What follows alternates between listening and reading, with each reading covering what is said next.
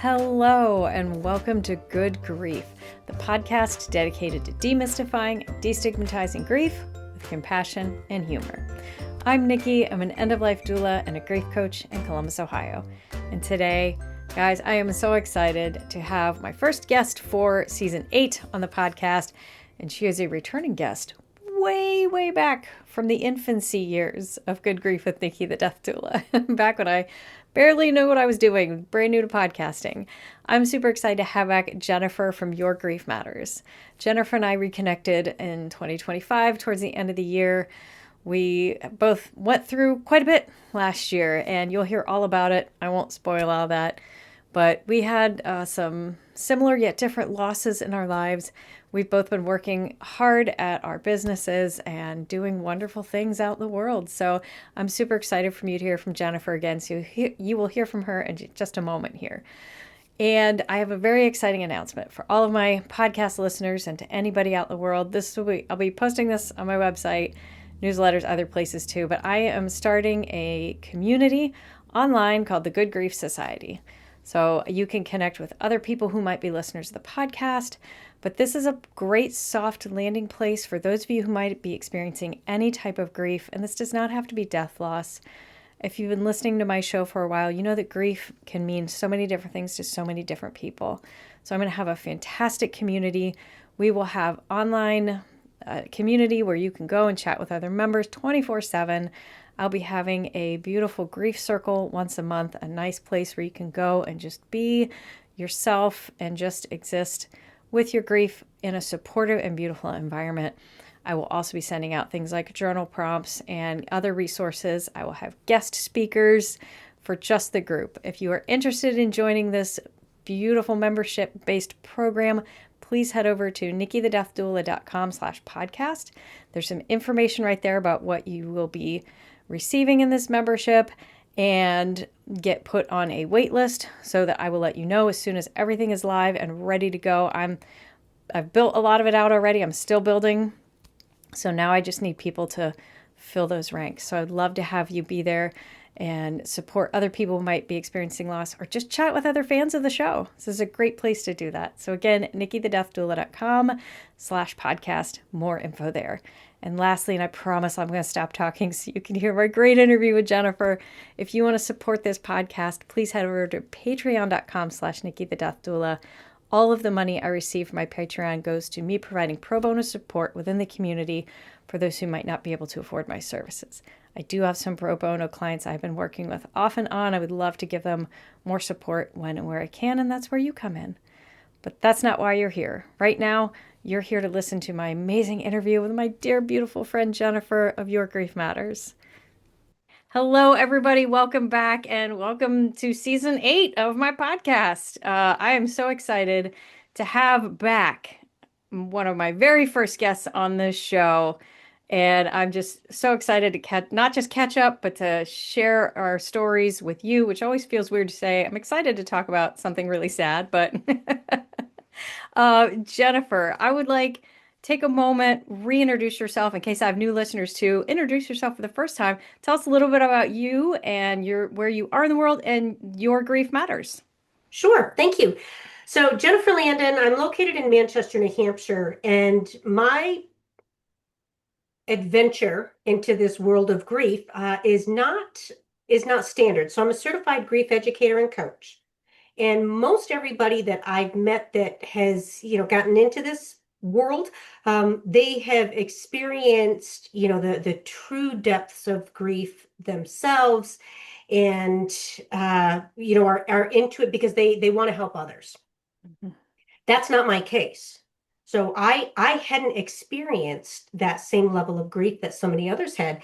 I got into it because a friend of mine that I taught leadership classes with, her son was killed.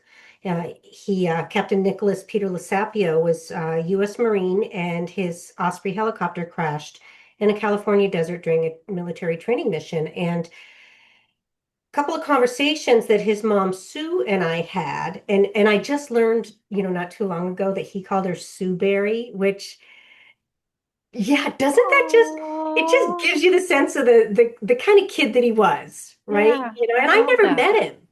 I I love never it. met him. I'd known Sue for years, teaching, but I learned a lot about him from these leadership classes that Hmm. we facilitated. So these two conversations that we had that kind of put me on this path. The first one was when she said, I can't find the support that I need. And this was in 2022. We're just coming down from a pandemic. We know that the whole mental health system is totally tapped out. Now, I will tell you, she did go through the military's TAPS program, Okay, and she did use her employee assistance program. good. She connected with a couple of therapists, but they weren't a good fit. So I got to thinking, I don't know anything about this. So I just started to Google, how to support my friend. And I'm Mhm. calling all my friends saying that I know are in therapy saying, hey, does your therapist have any openings? I'm just trying anything Yeah, they yeah. can for her. And that, as you know, when you do any kind of search, everything starts popping in to your Hmm. filters, right? And something popped up, I'm sending her podcasts and support groups and TED Talks and everything. And then I saw this from grief to gratitude grief coaching program. And I thought, Hmm. well, what is this? So I contacted the founder and said, this is what I want to do and why I want to do it. And I went through it and I thought I was going to do it, go through this program just to help Sue. Yeah. But then I got to realizing like grief is so much bigger than loss of human life. Yep. And I was just floored, like how little I knew. I also was became very aware of how grief avoidant and grief ignorant I was. I was the one who didn't want to go to the funeral because who am I? I'm just one person. They're not going to miss me. You Right. know, I'm sure I said all of the stupid things that everybody else has said. We all have. So the second conversation that we had was when she said, I can't go back to work. Now, Sue was a full-time professor at a university, and she taught the leadership classes with me for the construction industry. And it made sense. It was like we would get to a point during our classes, and I knew that, here comes a Nick story. Here comes a story about another family member. I got to know the family through these stories. And as a teacher, she's not going to be able to walk into the classroom Mm. and get to that point in her lesson where the story Yeah. comes in. Yeah. So that made sense to me when she said I can't go back to work. And kind of side note that the university was very gracious and gave her a year-long project to work on. Oh, that's great. So she wasn't required to go back into the classroom. She didn't need to be on campus every day. So they gave her that period, that time. But I got to thinking, I was working in the construction sector, Hmm. and construction sector and any other sector that I can think of, they're not going to say, you know what, you need a year. We'll give you this year-long project to work on where you're not required to come in. So that put me on like this whole other path of researching how do people go back to work afterwards? Yeah. And um, I just I started to create this content and present at conferences and go into companies and start talking about how grief impacts our brains and our bodies and how when we show up at work, after the normal bereavement leave, which by Mhm. the way, Nikki, what do you think the average bereavement leave is? 3 days. Yeah, yeah, Yep. 3 to 5 days. Oh, and it depends on the relationship. Yep. That's the one that ticks me off the most. Like sorry. Go Yeah, ahead. no, no, no, no. Right. I mean, it's something Yeah. like I think it's something that we need to talk about because Yeah. 3 to 5 days, business days, that and it's usually immediately after. Hmm. And I sit there and think, okay, what when I look at how Nick died, Hmm. he was in California. We're in New Hampshire. Hmm. There's a whole big process. It's not like you can just set a funeral and have it Yeah. happen in 3 to 5 days. And Right. I look at the relationship. So what if I'm closer to my uncle than I am my father? Yeah, exactly. What if your aunt raised you? because your mom passed away when you were a baby. Yeah. Yeah, what if my cousin, had a substance use disorder which is a grief in and of itself, and she died and she was more like a sister to me. So Right. I sit there and think that, what is it that we need to do that we can become a little bit more sensitive? And then I just kind of a side story here. I was presenting at a safety conference in Vermont recently and was talking to a woman that I met there. She was asking what I was talking about. And, I said, grief is a hidden safety risk Mm-hmm. because it was mostly construction and Yeah. manufacturing employers there. And she was a vendor there. And she said, boy, that's a really important topic. And I said, I slide in a little bit about, bereavement leave and whatnot. And she said that her daughter had a baby Mm-hmm. and the baby died Mm-hmm. shortly after birth. And she told the story, like hers was the real life story of a situation that I have shared in conferences and with organizations. And it's a hard story to tell Yep. that. So my next question, Nikki, is how long, if you have any idea, the normal family leave when you give birth? It's 12 weeks? It's No. So it's is it anywhere 12? 6 to 12 weeks, Okay. right? Depending, right? Right. You might be able to go on FMLA, Family Medical Leave Act, and Right. whatnot. And here's this woman, she's telling me this real life story that her daughter received notice. She was on her 6 week family leave because she Mm-hmm. just gave birth. The child died. She then was notified that she was no longer eligible for family medical leave or for family leave. She was now on eligible for 3 days bereavement. That makes me angry in a way I cannot express right now. Hmm. Yeah, the vulgarities are like spewing in my mind right now, right? Yeah. Okay. So when I look at that, so like these are the types of things that I talk about. This is, Yeah. like you, I enjoy talking about death and dying and how it is that we can take care of one another Mm-hmm. afterwards, Yeah. how it is that we should be taking care of one another now beforehand because tomorrow's not guaranteed. Right. And if we can just have that in our mind, so when we look at people and situations, hopefully we can start to look at these situations with a little bit more grace and a lot more love Yeah. because nothing is guaranteed. No. Yeah. No, So absolutely not. that's kind of why I go on my mission and I just redid my little wall here and I got my Nick right here, the man I never met, who I love dearly and Love that. has guided me to do this work. I love that. I love Yeah. that. Well, since you mentioned none of us guaranteed tomorrow, that kind of circles around to, and you and I have talked prior to this recording about why I kind of wanted to have you on my show again. And we met last week and chatted briefly. So as my listeners know, I just lost my mother very recently, and her death was very unexpected. It was sudden. And you lost your mother just this past year, and it was a little bit of a different situation. So would you mind sharing with my listeners a little bit about your journey with your mom? Sure. Well, I'll start by telling you that I turned 60 on March 9th, and my mom took her last breath on March 10th. And that was another thing we had in common because your mom died the day after your birthday. My mom died the day before my birthday. Yeah. I actually looked at it. So I knew that my mom was actively dying. Hmm. And I actually thought, wouldn't it be cool? Like how significant would it be if she actually took her last breath on my birthday? Like I thought that that would be Yeah, cool for some twisted reason, right?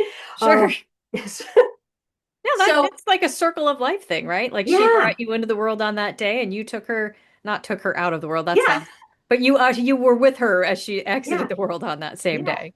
Yeah. So I didn't get to be with her on that day. I was hoping because I held a big for my 60th birthday, I held a fundraiser Hmm. for two organizations I support. One of them is called Friends of Anya, and it's the Center for Grieving Children and Families. Mm. So I did it as kind of a fundraiser for my birthday.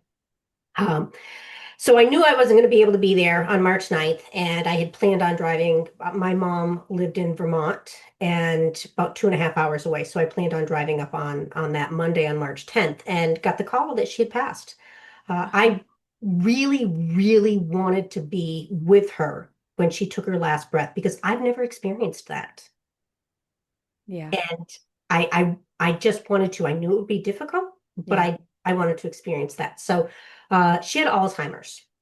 Okay. And they say that Alzheimer's is the long goodbye. Yeah. For about, I'm guessing 8 years. I'm not always good with time frames, but I'm guessing for about 8 years we started to see some indication. And it was really probably around 2020, maybe 21, somewhere around there, we really started to see how she was changing. Hmm. Uh, So I was grateful. I was grateful that I got to experience that. Hmm. And it was really difficult. Um, and we know it's never good to compare. Hmm. But I'll tell you that I am so grateful that the Alzheimer's experience that she had, it took her prior to it becoming into a situation where we couldn't handle it at home. So she was able to Yeah. die at home, which was her wish. Yeah. Oh, so, and that's another like topic of conversation with this that I appreciated was like we both lost our mothers. We had very different experiences Yeah. because you had the lot of time leading up to her death with her diagnosis and walking with her on her journey through Alzheimer's, whereas my mom died at home suddenly, and none of us knew anything was wrong with her. So I had a very different experience with that. And my mom was in her late 70s. She and I had so many open conversations about death and dying, especially since my brother died 10 years ago. She was a lot more open to having those conversations. So we were never afraid to talk about like, what do you want and what would you want? And like knowing all of the little things about each other. And I knew my mom wasn't going to be around forever. So, and especially after my brother died, like what was left of my little tiny family, like we never missed an opportunity to say, I love you. Anytime I could spend with my mom, I spent with my mom because they started going to Florida 6 months out of the year. So I only got to see her in the summer. So, like the week before she died, I took the day off working and we went to the zoo. And I'm so grateful that we had those experiences and that I did get to spend a lot of time with my mom. But I'm also really pissed off that I didn't know that was going to be the last one. Like, Yeah. uh, you know, it's Yeah. it's just and I have a lot of people that ask me about that, like, well, what's better, what's worse, like a sudden death or like they're both sad and they both have their pros and cons. Not to be blunt about it, like Yeah. there's some benefit to having time to say goodbye. There's some benefit to not having to watch somebody you love suffer. Yeah. You know? And I think that that was the greatest challenge for me was watching her become someone that she no longer was. And she she intuitively knew something was wrong. Like she just um and I want to say maybe years in advance. Like my mother had been planning her death for the last 20 years. Wow. Yeah, I mean, Okay. Kudos to her. yeah. She's like, she's writing little notes on things that, she wanted people to have. She had all these little tchotchkes and these bells and this beautiful glassware and all of this. She's writing her, who's going to get this. And, she was trying to research how she could donate her body. And, we were never able to find an organization in Vermont that she could donate her body. She was doing all of this for years. She Yeah. was talking about it. So it's almost like she kind of knew. But it was probably, the last year or two was really tough. She ended up having what's called aphasia, I think is how you say Yep. it. Hmm. And you may be able to articulate that a little bit better than I can with your experience. I mean, it's a so an aphasia can be different in every person, but it's Okay. like the one of the telltale signs of that is the inability to use the right words. Like they'll say a sentence that's a bunch of mismatched words in their mind makes perfect sense, but listening to us, it's like, pickle spoon, seatbelt when you're trying to Yes. say I'm hungry. Yeah. So that's one manner of aphasia. Yeah. And that's what she had. So she Yeah. was not able to articulate Right. She was still able to talk. Hmm. She was physically in really good condition. So Hmm. for that, so incredibly grateful. Yeah. She was, all of, she was under 100 pounds, maybe 86 pounds at one Oh. point. She was really tiny. I mean, Mm. because she was not eating a lot. Right, right. Oh my gosh, I just remembered I have a wicked funny story. Okay. I like a good funny story, so please. Well, my brother and I, my oldest brother is their full-time care provider for both of my parents. He decided he was going to live there and help them, fulfill their wishes of dying in their home. Hmm. So he and I would laugh because uh, laughter and humor is necessary even with dark topics. Yep. Yep. And we would discover things missing, right? So with Alzheimer's, what we would joke and we'd say, we're watching our mother digress in her age. So Hmm. right now she's acting like a 6-year-old. Yeah. And then as the Alzheimer's progressed, of course, it was, her age declined. Yeah. And toward the end, again, she was physically able to get up and walk around and do virtually everything, Hmm. even to the point of being primarily fully continent 2 months ahead of Wow. time. That's impressive. Yeah, she was only in bed for 2 weeks. And I'm not even sure that she was in bed for the full 2 weeks, but Hmm. we had hospice come in and put a bed in there. So she's up and active and whatnot. But the 2-year-old mindset, we started to give her finger foods, right? Hmm. Because manipulating, fork and knife and spoon and all of that, it wasn't Yep. happening. So we Yep. would cut up foods and we just had snacks out all the time for her to pick at. But she was so kind. She didn't want to, even in this state, she didn't want to disappoint somebody. If you said, "Hey, mom, would you like this? Would you like a piece of candy?" My father was always giving her butterscotch candies. "Would you like a piece of candy?" She'd say yes, but then she'd hide it. So we would find things all over the house that Oh, that they were where they weren't supposed to be. And the right. the best was in May. I was at a big box store that has lots of tchotchke stuff in it, and I won't say the name of it. Okay. My brother called me or sent me a text and he said, "I miss mother." And I thought, oh, I need to call him, make sure he's okay. He Yeah. may just, finally, maybe he's having a little grief bomb. Yeah. He sends me a video. Now, my mother loved flowers and she had gorgeous, gorgeous flower gardens. She won prizes all the time at the Vermont State Fair for her flowers and her vegetables and Wow. all this. So my brother sends me this video. And it's of one of my mother's watering cans, a little tiny watering can. And I thought, oh, he must have found this. And this is the trigger that he said. No, he zooms in to the inside of this little tiny watering can. Hmm. And there's the remnants of a melted ice cream popsicle. Oh no. And all I could think of was, oh my gosh, because my dad loves the vanilla ice Yeah. cream with the chocolate on, little Yeah. popsicles. And he'd always, "Here, you want a bite?" And she'd take a bite or he'd give her one. Well, so all I can picture is he Sh- must have said, "Here, have a popsicle." And she had, oh, And oh, she went and said, "I can't eat this, but I don't want to make him feel bad." So just like just like a child, yeah, right? And she yeah. put it into this watering can that we found, 3 months later. Oh, bless. Oh, Yeah. how that's really incredibly sweet. I like that. Yeah. I've been helping my dad with my mom's celebration of life. As of we're recording this is the day after tomorrow, Okay. which will be on her birthday. Oh, wonderful. Yeah, we decided to wait till after the holidays and we said we'll do it in January. I said, well, let's do it on her birthday. So we're doing it on her birthday. And I was helping dad like put pictures together and like find things to bring. She was a quilter, so we're all bringing the quilt she's made for us and quilts she has at home. And I was trying to find some framed photos to bring, and they had just moved the year before, the summer before last. So brand new in their condo. They haven't put any photos up, so everything's in boxes. So I'm in the basement going through boxes, and I found a whole bag.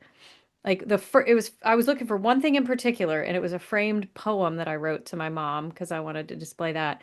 First box I opened, it was right on top, staring me in the face. Wow. And right under that box was was a bag with all the stuff for my brother's funeral. And I was like, how, like the first things I put my fingers on were the things that I was looking for. So I know that was her leaving that as a gift for me in some way. Yeah. Yeah. And Oh, that's going to be tough too, right? I think about your dad, right? yeah, So when we look at both of our dads being um, having to now process this, yeah, right? Your dad's in a new place yep, with no pictures on the wall. yep, My dad's in the home that they've been in for 30 years or so, yeah. 100 some odd acres of land in Vermont. Oh, So all of those memories there. mhm, Um, and a very different experience, I'm sure. yeah, My dad, it's interesting. So this is how grief can impact us, right? For months and probably even to this day, um, he'll say, "When's your mother coming home?" I'm like, "Dad, she's up there in the jar. You told me to put her ashes in the jar up there on the shelf, and yeah. that's where she is." Mm, And then he gets this kind of little fogged look like, "Huh, okay." And we started to have to use direct language with him hmm. in order to help him understand. And my dad, by the way, is cognitively he's fine. Okay. What I've seen uh, is is how the grief has impacted his concentration. He sleeps a lot. He lost weight initially, so all of those kind of normal grief responses that we see. But I think that he was in denial, and I said, Yeah. Dad, you didn't happen to notice that she was acting a little weird the last couple of years? Yeah. That she couldn't really make a complete sentence? Like, you didn't notice that? And he's like, oh, I just thought she was getting old. So, well, yeah, she was getting old. I said, but Alzheimer's just kind of, you know, ate at her brain. And, he's like, well, Yeah. is that what killed her? Yes, Dad. Oh, That's what took her, was the Alzheimer's. She wasn't able to eat anymore. And so for him, it's like, Dad, she just fell asleep and that was it. yeah. So it's been hard for him to accept that she's gone because he just remembers watching us carry her out. Yeah. And I think he thought maybe she was going to a nursing home or to the hospital or something. Yeah. So that was kind of, it's been kind of weird to be like, and then I'll show him once in a while. I had my brother print out an enlarged copy of the obituary. Hmm. And once in a while I'll take that out and I'm like, when he asks about her, I Yeah. put that in front of him. Oh, Like, oh yeah, wow. yeah. Yeah. Oh, Yeah. So how's your dad doing? he's doing okay. So, he and my mom were high school sweethearts. So, like the two things that stand out to me the most is he's never lived alone a day in his life. He went from living with his mom and his brother to a college dorm to being married. So this is his first time alone. And I lived alone for a long time. I loved it. 'Cause I love my husband. I don't want to not have him here, but I loved living alone. So I'm like trying to help him understand what it's like to live by yourself. And he's noticing those little things. Like he hurt his shoulder and he got like little hot, icy hot type patches, but he couldn't get it. He couldn't put it on, and he realized he's like, I don't have anybody to help me with this now. So he called me, and I had to drive across town to help him put patch on, which I was happy to do. I know that's the thing that's going to start happening more and more. I was happy to help him with that, but he just lost to the love of his life. They were together well over 50 years, going on 60. Um, he's doing okay. He's like me. He's one of those I got to keep busy all the time.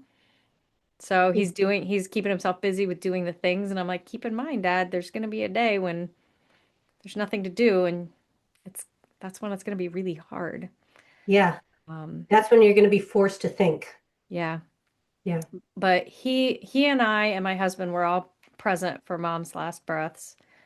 Um, so we were there for the event, and I I've never seen my dad cry that hard. Mm, It was hard for, and that's what's made my grief so complicated is I'm grieving for me. I lost my mom.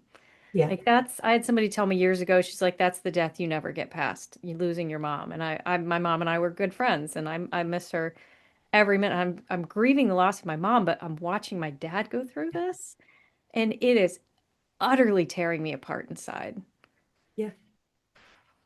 I know Yeah. you get it because you're watching your dad suffer a little bit too with all this. So, Yeah. I'm not looking forward to the day when the reality hits in. And, part of what, and maybe this was a mistake, I don't know, but my mother insisted that she didn't want anything. She said, I don't want any service. I don't need people coming around. And she definitely didn't want to be buried, in a coffin. She didn't want people coming and looking at her. And so we honored that. right. And we we we put a notice in the newspaper, as you do, and that was it. We Yeah. didn't have any type of service. We didn't do anything even as a family, we didn't kind of, all get together and do anything. It's March in in Vermont, right? And it's freezing Yeah. cold and, we're not going to go out and do anything. Maybe we'll do something this summer. Yeah. But my father has said on occasion, oh, well, we should probably get a headstone or we should do something. Now, my father just happens to have a cemetery on his property. Oh, wow. Yes, kind of cool. It's an old, 1800s, early 1900s Yeah. Oh, cemetery. wow. And I said, well, we can put a headstone. I said, this is your property. We can put a headstone anywhere you want. Hmm. We just have to go pick it out. So I've tried a friend of mine happens to own a place that makes the headstones. And I, Yeah. have to drive by his house on occasion or the location on occasion, like, hey, Dad, you want to stop and look at something? Nah, no, we'll do it later. This summer he may be open to it, but we didn't have any kind of a closure with that. So Hmm. that could be part of the reason why he's struggling and why Yeah. he's not quite sure that my mom is dead Yeah. because we didn't have that closure. Yeah, and I talk to so many people who tell me very similar things like I don't want a funeral. I don't want any of that. I don't want that. And I'm like, and that I understand and I can, we can respect that, but you also have to understand that people left behind need some type of ritual for that closure, Yeah, right? They need something to signify that this has happened, and it's you don't really get it until you experience it. I I don't know. It's hard to yeah, explain, but it's and I'm usually between a rock and a hard place because I want to respect their wishes, but at the same time, their loved ones need that closure. They need something to signify a ritual, and that's why we have funerals. That's why we've been doing this for millennia. Even like different than the modern ones we have, we've always done something. We've invited people yeah, into our homes to view the body and to say goodbye. And then we stand at the graveside as we bury them. Like this is what we do, and that's why, because we need that visual and physical ritual to close that out. Otherwise, we have this wandering thing of we know it happened, but we didn't see it. And yeah, yeah. So I think that we'll probably try to do something in July around her yeah. birthday, which might make the most sense. And it's funny, Nikki, as we're talking, we have yet another similarity in our No. experiences with our parents. That it's a good one. Okay. My parents were also high school sweethearts, but they actually met. I think they were in first or second grade. Oh, Yeah, I think they were 6 or 7 years old when they first met. that is Something so like that. cute. Yeah. And my father went from, living with his parents to the military. He got married and Mhm. then went into the military. So, he's never really lived alone. He's still not living alone because my oldest brother is there, thankfully. Okay. So Yeah. he needs somebody, to manage the property and whatnot. But they were married 60, they would have celebrated 66 years Hmm. just a few days after her passing. Wow. Yeah, but Oh my knowing each gosh. other 80 years. Can you imagine? That's no, because I've Can you only been imagine alive being in love with 48. So somebody I for can't, 80 years? Like, yeah, yeah, yeah. My parents they were married for 55 years. It would be 56 this coming year, but they were obviously were together several years before that too. So yeah, I just like that, obviously not being that old, I can't fathom that amount of time. yeah, yeah. And I think Nikki, for for the listeners to, we're talking a lot about kind of the similarities that Hmm. we've had, uh, but it's really important to understand that it's not healthy to compare. Yep. Um, and that may not be what I want to say. No, it's not a competition, Yes. Yeah. right? That's it. I mean, we can compare experiences. That's Absolutely. healthy because we're talking about it, and we're seeing all of these like really odd Yeah. similarities. Yeah. Yeah. Absolutely. But it's the competition piece of Right. it that um, you had it worse because it was sudden. Well, no, I had it worse because I had to live through it longer. It's not a competition. It just is. Exactly. Yeah. Thank you. And thank you for bringing that up because that's one place where we fail as a culture is since we don't always talk about grief, death, and dying, we don't know. And even if we do talk about it, until you've experienced it yourself, you can't fully grasp what it's like to have a significant loss in your life, whoever or whatever it might be. So when we do, we base it off of what we've seen from others or what we've witnessed on pop culture, social media, or like media, TVs, movies, whatever. So we inadvertently compare ourselves to other people. Like, well, it seems like, Susie down the road got over her husband's death really fast, so I should be over this by now. Yeah. And we're doing ourselves a disservice that way, in that we're comparing it. Everybody's grief is unique, and we both lost our mothers. We both lost them in different ways, but we also both had, like, we may have had similar relationships, but your relationship to your mom is not going to be identical to mine, no matter what. So, and even if your mom died exactly the same way my mom did on the exact same day, we would still have a different type of grief because we're different people and we had different relationships. So, thank you for bringing that up. Yeah. Yeah. I think it's certainly something, taking this into a little bit of a different area of grief is with pet loss, right? Yeah. I was just talking to my cousin. Their dog was hit and um, tragic. Oh. It was a very difficult situation for Mhm. them.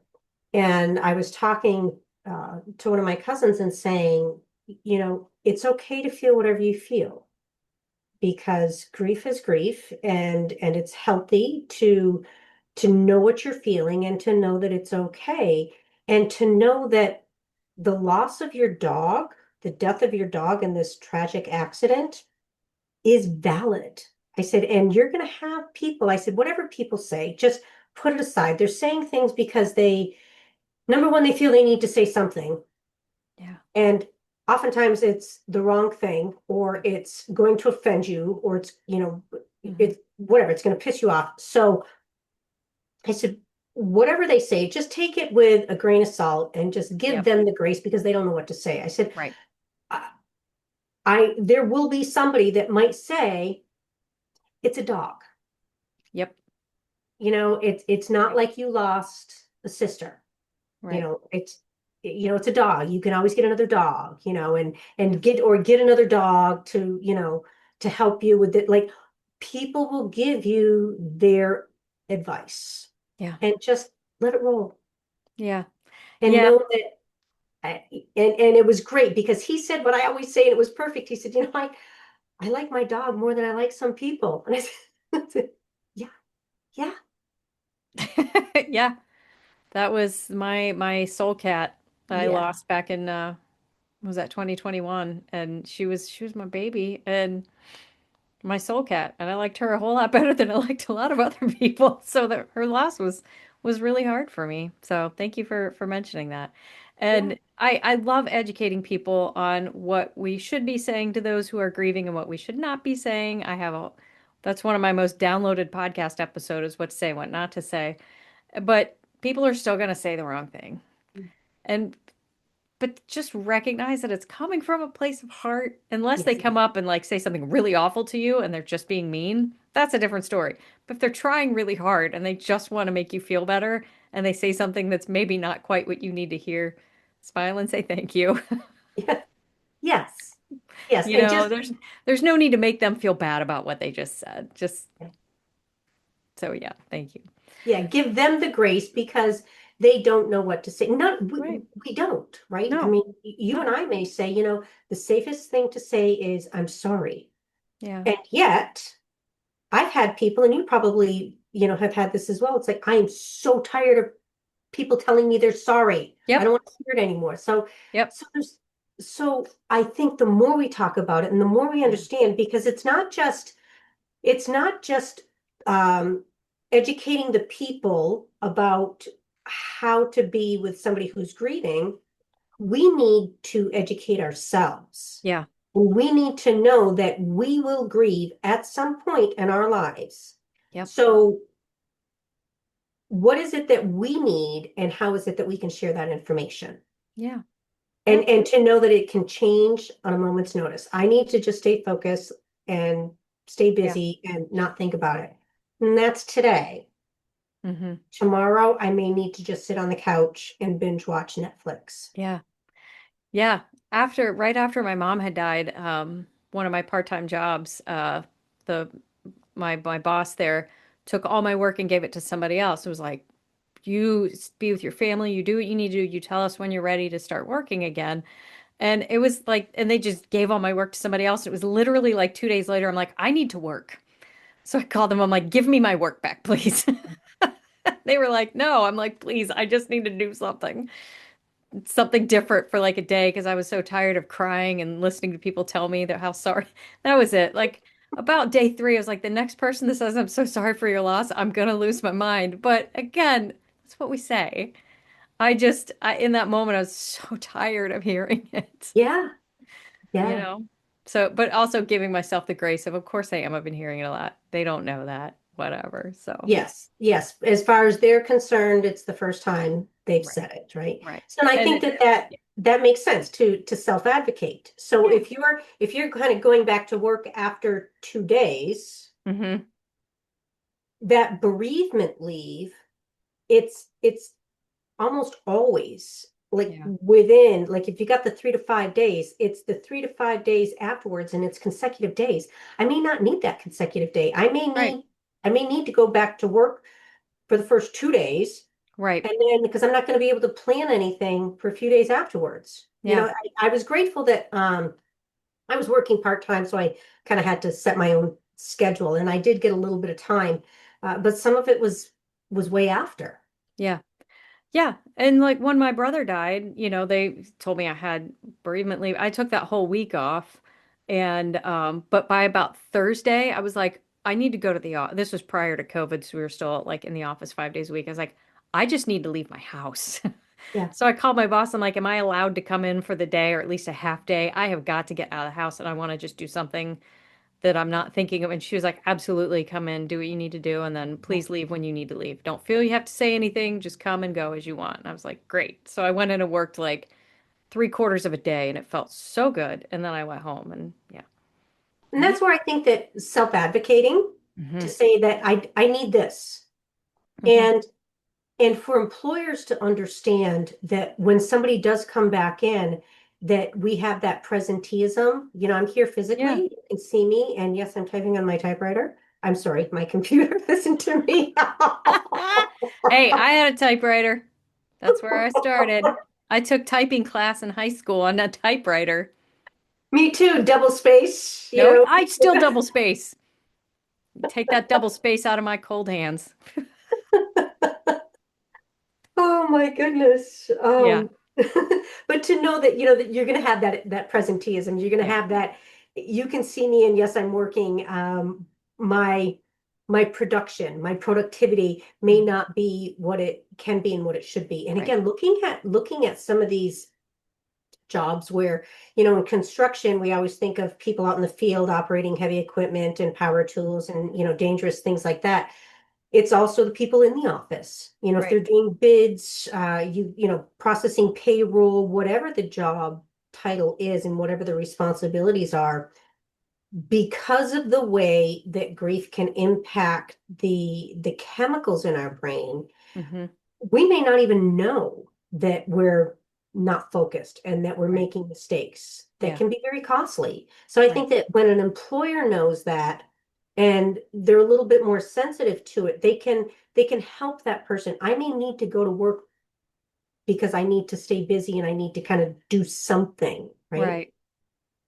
And it's good to know that I may not be as productive, Right. and for my employer to know that I might need some additional help or I might need somebody. Yeah. Put a little safeguard in there to double check things that Yeah, might cost money, things like that. yeah. Absolutely. I And totally and agree. to me, Nikki, it's if you're grief sensitive, if you've got a good bereavement policy, if you've got flexibility within it, Hmm. then that to me, it's a recruitment and a retention strategy, Yeah. right? The more we can Hmm. take care of our employees, the better we can take care of our employees, the more loyal they're going to be. There's all of Yeah. these stats out there that people who don't feel supported, they leave.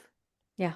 If they don't feel that the company, I was talking to a guy at a conference and he was saying that his company, you have 3 days and you're expected to come back on day four and produce. And he ended up quitting because he's like, Yeah. I just didn't feel that they appreciated me. And, Right. his sister had died and what he Oh, was going through. yeah. And they didn't, I don't know if they didn't respect the relationship or if they were just, on the policy. And I guess that, there's a need for the policy, right? There's a Right. need for something because you will have people, perhaps like I was when I was a teenager. I will tell you that when I was a teenager, my grandmother died a lot. Hmm. Many times, she would die and I'd get out of school for a couple days and she'd die again. And, Yeah. so that's a bad hire, right? But I mean, there Right. are people like that. So you do have to be careful, and to know that there's some flexibility. One of the organizations that I know of, they allow people to pool their PTO, their paid time off. Hmm. So if I have exhausted everything, Yeah. then I can, you know, other employees Yeah. can donate their time, That's awesome. which which is awesome. What It's a awesome, but also like, can't we just have that to begin with? I don't know. Yes, yes, yes. Can't you just, Yeah. yes. So, Yeah. all right. Well, we are getting close to the end. So before we wrap up, and I do want to have you talk a little bit about your grief matters. But before we do that, you know what time it is. I Time, do. time for the death deck. And I have my own deck, by the way. Do you? I do. I hand out the Yay! cards at conferences or when I'm going in to do a presentation at a company, whatever it is. I hand the cards out in the beginning. I'm like, here you go. Just, talk to somebody about this, have the Yeah. icebreaker. Yeah. I think they're great, So, like at an yeah, event like that. Just leave them out on the table for yeah, icebreaker questions. Come on. yeah. All right. So I'm gonna pull one at random. And we have, oh, this is an interesting one. All right. My religious and or spiritual beliefs affect my views on death. A, guiding me to live fully knowing there's more to come afterwards. B, providing a general sense of an afterlife but not without questions. Or C, my beliefs or lack thereof don't impact my views on dying at all. Hmm. I'm going to have to go with a strong A and a little bit of B. Okay. Yeah. Yeah, That's yeah, and kind of where I'm at too, I yeah, guess. Little bit A, mostly B, more B than A, but definitely yeah. not C. Yeah, definitely not C. And I think for me, it's because I'll tell you that maybe 5 years ago, Hmm. I may have had a different answer.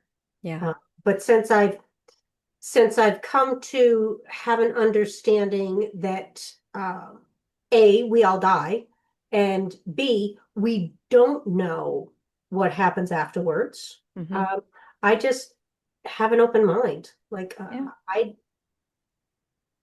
like nothing that. I can do to control it either way. Exactly. Exactly. So, and I Yes. So agree with you on that. There's people that might disagree with us, but I agree with you on that. So, yeah, yeah. I mean, there's all sorts of, beliefs and odd mhm. things that happen. I'm I'm at a point in my life, Nikki, where I'm like, you know what? I don't know. So I'm Yeah. open to understanding and accepting whatever, because I'm Yeah. also of the belief that if there was only one right way to think about something, that's all we'd know. Yeah. Yeah. Exactly. So, okay. Well, thank you for that. So, I want you to tell my listeners a little bit about where's your grief? Your grief matters. Where they can find that, where they can find you, and yeah, take it on. So, Your Grief Matters. Again, I started it in 2022 after Nick's accident, and I do mostly corporate speaking engagements, conference presentations, starting to work with companies on their bereavement leave policies. And what I do, I'll charge for those services to go in and do a presentation, et cetera. And one of the things that I do that I think is a little bit different is I offer pro bono services. I don't care if the company's 10 people or 1,000 people. Hmm. I'll offer a 30-minute pro bono support to anyone who needs it. That's awesome. Just because anytime I've done some kind of a presentation, somebody approaches me afterwards. Yeah. And if they need to have that next conversation, that's where that 30 minutes or however long, I don't actually Right. time it, Yeah. right? Just say 30 minutes. I'm like, if you need to talk, and then we can determine, if you need additional support, if I'm the right person to provide that grief companionship, Hmm. or help you find someplace local that you can Yeah. go, or just knowing that there's resources, sending off, some kind of, I've worked a lot with suicide survivors, Mm. sending information on the American Foundation for Suicide Prevention and whatnot. So I do, after I got my grief coach certification program, I then went on and became educated as a adult mental health first aid responder. I don't teach it, but I'm a first aid responder for mental health. I am a certified trainer for suicide prevention and suicide postvention. I've had to go into companies and um, talk to them about Yeah. those situations. And I'm a recovery friendly workplace advocate because I think that there's a lot of substance use disorders that happen with mental health. And, when we're grieving, sometimes we see a higher level of substance Yeah. use, not saying substance use disorder, not necessarily addiction, but we do see, kind of an Right. increase in that. So I just kind of started to broaden more than just grief that I focus on. And I also still teach the leadership, team building, conflict resolution type of stuff. So I decided to add to my business a doing business as a DBA Hmm. under YGM Consulting, YGM Training and Consulting. Got it. Okay. So it's Your Grief Matters. Yeah. So that's still, but if I'm going to be doing just a straight leadership class, the Hmm. Your Grief Matters doesn't quite work. So that's why I Sure. went with YGM Training and Got it. Consulting. So mostly on LinkedIn Okay. under Jennifer Landon, and I'm Jennifer L. Landon, MED. Okay. And YGM Consulting. I do have a Facebook group. It's a soft group, I call it. I don't do a ton of content, original content. I actually find pieces, or like I'll share, your podcast and share other resources that I find. And it's so wonderful when somebody will reach out to me, usually privately, and say, that's exactly what I needed to hear Yeah. at the time. Yeah. So I Yeah. There's do been a have. few things you've posted. I'm like, oh my God, that is so what I needed to hear today, or that's so timely for whatever reason. So yeah, I always appreciate that. Yeah, yeah. So I have the Facebook group. I do have a website, ygmconsulting.org. You can Okay. also find it, I think, under yourgriefmatters.org, .com. So I purchased all of those domains. Okay. And happy to have any conversations, with folks about um, how to help process what it is that they're going through. Again, above and beyond just, I say just, but above and beyond death when it comes to grief. Yeah. Excellent.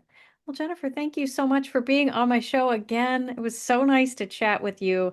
So nice to hear, what's been going on. And this was great. Great. Thank you, Nikki. Always fun to catch up with you. Yeah. All right. Another huge shout out and thank you to Jennifer for coming back on my show to give us all an update on where she is in her life. If you want to reach out to Jennifer, if you want to check out her Facebook page or her website, please go to the description. I will put links down there. So please go check that out. And again, if you want to be part of my Good Grief Society, please go to nikkithedeathdoula.com/podcast and get information there on joining the Good Grief Society. And if you want to find me any other manner, you can go to nikkithedeathdoula.com. You can reach out to me there. If you have a story you'd like to share on the podcast, you can do that there as well. But if you want to do something super quick and simple that would help me out immensely, leave a nice little 5-star rating on this show.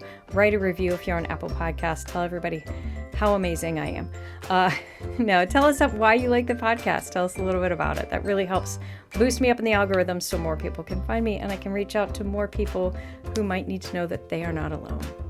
All right, that is all. Thank you again so much for tuning in this week. And remember, as always, your grief is yours, your feelings are valid, and grief doesn't always have to suck.